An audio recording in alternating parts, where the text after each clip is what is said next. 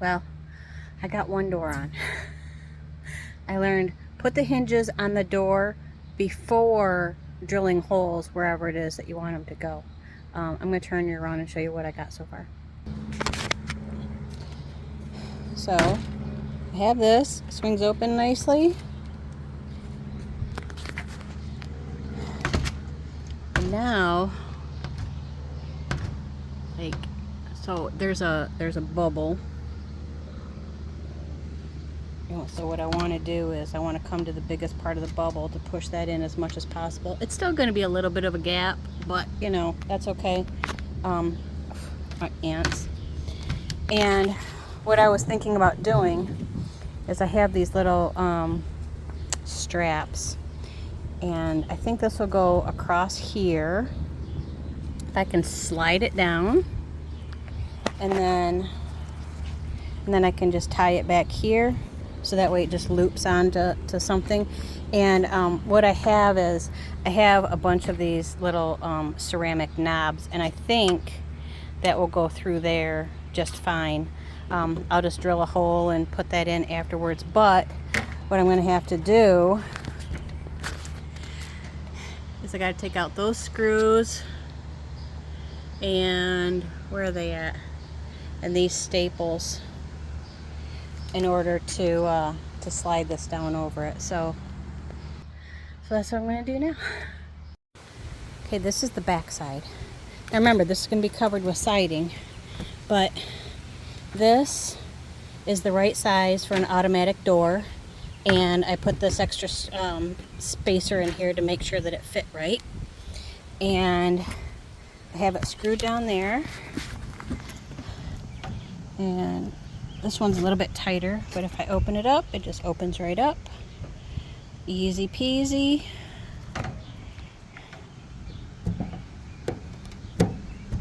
Not going to be in there much, just to take out the tray. So that's my bad finger. I got a band-aid on it. Okay, so here's the tray. Take that out, clean it out, put it back.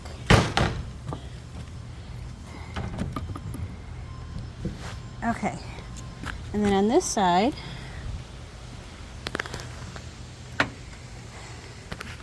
here's where we have the nesting box, the food and water.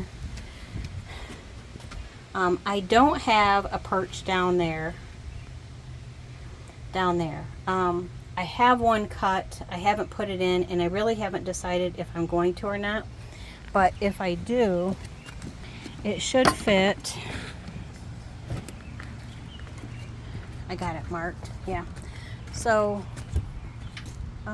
where's one? I don't know if this is it, but we'll just say as a for instance. So this would go in here. This is not the one, but it would go in here, which is in line with where that is, which is the bottom of the automatic door opening, and